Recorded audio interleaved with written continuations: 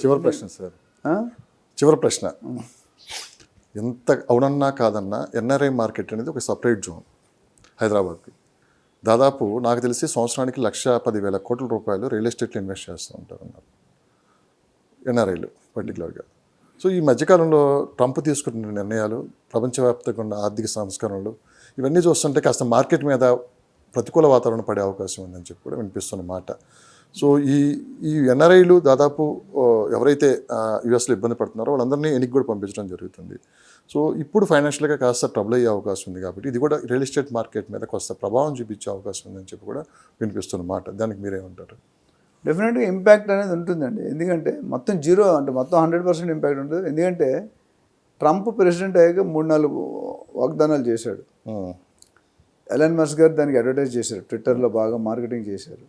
ఆయన ఏమన్నారంటే, నేను కానీ ప్రెసిడెంట్ రెండోసారి అయితే కనుక ఇల్లీగల్ ఇమ్మిగ్రేషన్కి కట్టడి చేస్తాను.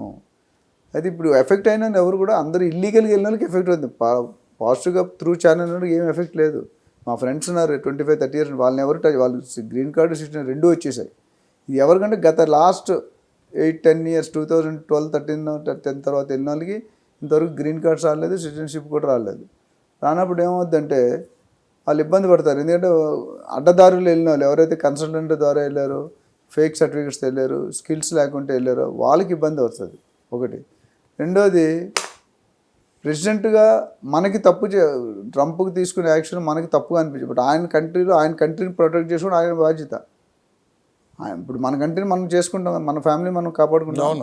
ఆయన ఏమంటే నేను ప్రెసిడెంట్ అయినా నాకు కంట్రీలో ఉండాల్సిన డబ్బులు ఇతర కంట్రీలు China, Japan, Mexico, India, Canada ఎట్టుకు వెళ్ళిపోతున్నాయి. సో అది ఆపుతాను అన్నాడు. ఎందుకంటే వాళ్ళకి ఎంప్లాయ్మెంట్ లేకుంటే పక్కనోడు వచ్చి ఎంప్లాయ్మెంట్ చేసుకుంటున్నాడు. అయితే దానికి ఒక ఇంటర్నల్ రీజన్ కూడా ఉంది. రీజన్ ఏంటంటే ఎందుకు ఇండియాకి వస్తున్నారు, చైనాకి ఎందుకు వస్తున్నారు? లేబర్ కాస్ట్ తక్కువ. అక్కడ గంటకి $50 అడుగుతారు వాళ్ళు లేబరు. మన లేబర్ గంటకు $10, $10-15. అంటే 75-80% మిగులుతుంది దానికి. కానీ ఓవర్ నైట్ ఏమైందంటే ప్రెసిడెంట్కి ఇప్పుడు ప్రస్తుతం ట్రంప్ గారికి ఏంటంటే ఒక ఐడియా వచ్చింది. అది హిట్లర్ ఐడియా అంటారు ఏడంటే, ఎందుకంటే నేను మళ్ళీ ప్రెసిడెంట్ కాలేను ఇంకా జిందగీలో, ఇదే లాస్ట్ టర్మ్. నేను పదవి దిగిపోయేలోపు నా పేరు చిరస్థాయిలో హిస్టరీలో నిల్చుండిపోవాలి. నేను ఏ పని చేసినా అది మరి రెండోవాడు ఇంకెవటి దాన్ని ఇప్పుడు 150 సంవత్సరాలు బర్త్ టూరిజం చైల్డ్స్ కన్నా ఉంది. బర్త్ టూరిజం అంటే ఇండియాలో అక్కడ ఇండియన్ వాళ్ళు ఎన్ఆర్ఎస్కి అమెరికాలో పిల్లలు పుడితే అక్కడ సిటిజన్షిప్ ఇవ్వాలి. అది కట్ చేశాడు. 150 సంవత్సరాలు ఏ ప్రెసిడెంట్ చేయలేదు. యూఓ పెట్టేశాడు. అది అవుతుందా లేదని సెకండరీ. అట్లా visa system, lottery system, F1 నిన్న మొన్న కాకుండా F1 స్టూడెంట్ వీసా స్టాంపింగ్ మార్చాడు. అట్లా చాలా తర్వాత బయట నుండి వలసలు తగ్గించాడు. ఇంపోర్ట్స్ ఎక్స్పోర్ట్ డ్యూటీ పెట్టాడు. ట్యాక్స్ లేటెస్ట్ కొరడా ఏంటంటే ఇండియాకి, చైనాకి, వియట్నాంకి, బంగ్లాదేశ్కి విపరీతమైన ట్యాక్స్లు వేసాడు. ఇండియన్ గవర్నమెంట్ 26% వేసాడు. చైనా మీద 37% వేసాడు. మన వియట్నాం మీద 42% వేసాడు. బంగ్లాదేశ్ 37-36 వేసాడు. అంటే ట్యాక్స్లు బాగా ఏమైందంటే $100 కదా 200 అవుతుంది అంతే. అది ఎందుకు వేస్తున్నాడు? మోడీ గారు వెళ్ళినప్పుడు చెప్పారు. మోడీ గారు వెళ్ళినప్పుడు ఒక పెద్ద క్రియేషన్ అంటే యాక్షన్ క్రియేట్ చేశాడు. మోడీ గారు కుర్చీ లాగి కూర్చోబెట్టాడు. అది డ్రామానా స్టోరీ అని మనకు తెలుసు, నేను చెప్పక్కర్లేదు. US highest president, India president one part of the US president highest post లేదు వరల్డ్లో. అలాంటి ఆయనే కుర్చీ లాగి కూర్చోబెట్టాడంటే ఎంత రిలేషన్షిప్. అది పైనే ఉంది, లోన లేదు. పైన బై లోన గాయ అలా అంటూనే మోడీ బాయ్ ఒక యాంకర్ అడిగారంట క్వశ్చన్. మోడీ గారిని ఒక యాంకర్ అక్కడ అడిగాడంట, సార్ మీరు గొప్ప, ట్రంప్ గారు గొప్ప అంటే. క్వశ్చన్ అడిగింది నాకు తెలుసు మోడీ గారిని, ఆన్సర్ చెప్పింది ట్రంప్. ఏం చెప్పారు తెలుసా? నేను గొప్పవాడు కాదు, మోడీ గారే గొప్పవాడు అన్నాడు. అంటే ఫ్లడ్ చేశాడు. కానీ తర్వాత ఏమైంది? నువ్వు ట్యాక్స్ చేస్తే నేను డబుల్ ట్యాక్స్ చేస్తాను, ట్యాక్స్ చేసి. సో అదే సార్ ఫైనల్గా మనం చెప్పుకునేది ఈ మార్కెట్ మీద ఎంతవరకు ప్రభావం ఉంది? ఇంపాక్ట్ ఉంటుంది డెఫినెట్గా. మొత్తం 100% ఉంటుంది. సడన్ పోర్షన్ ఏవైతే ఉన్నారో ఇప్పుడు దాదాపు 18,000 మందిని ఆల్రెడీ ఇంటికి పంపించేసిన దాఖలాలు ఉన్నాయి. మొత్తం 50 ఇయర్స్ కోసం 53 లక్షల మంది ఇండియా వాళ్ళు అమెరికాలో ఉన్నారు.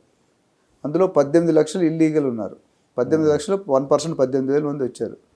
రానున్న రోజుల్లో వచ్చే అవకాశం ఉన్నాయి. లేటెస్ట్గా గూగుల్, మైక్రోసాఫ్ట్, అమెజాన్ వాళ్ళకి ఆ కంపెనీ వాళ్ళు చెప్పారు, ఇప్పుడు మీరు ఇండియాకి ఎవరికి వెళ్ళకండి, ఇండియాకి వెళ్తే తిరిగి రావద్దు, అమెరికా రాలేరు, లేటెస్ట్ కండిషన్. అంటే అన్ని విధాలుగా ఎలన్ మస్క్ గారు ఇచ్చిన గైడ్లైన్స్, డోజ్ అని ఒక డిపార్ట్మెంట్ ఉంది, డిపార్ట్మెంట్ ఆఫ్ గవర్నమెంట్ ఎఫిషియన్సీ, దానికి అడ్వైజర్. మన పొలిటికల్ పార్టీలకి వీరప్ప మొయిలీ, గులాబ్ నబీ ఆజాద్ అబ్జర్వర్గా వస్తారు, మీకు తెలుసు కదా. అలా అక్కడ కూడా ఈ మొత్తం ఎంటైర్ యుఎస్ గవర్నమెంట్ దానికి ఎలన్ మస్క్ అడ్వైజ్. అంతమంది రామస్వామి ఆయన ఎందుకో తీస్తారు, ఆయన వేరే స్టేట్కి ఏదో గవర్నర్గానే పంపించారు. అమెరికాలో 3000 యూనివర్సిటీస్ ఉన్నాయండి, అందులో 2700 యూనివర్సిటీ ఫేక్ యూనివర్సిటీస్. అంటే జాబ్స్ రావు, డిగ్రీకి వాల్యూ లేదు, ఓన్లీ 200, 300. ఆ 300 మందిలోనే మనం పనిచేసాం. మన స్టూడెంట్స్ ఎవరైనా వెళ్తే ఎందుకు ప్రాబ్లమ్ వస్తుందంటే, స్టూడెంట్స్ వెళ్తే F1లో వెళ్తారు.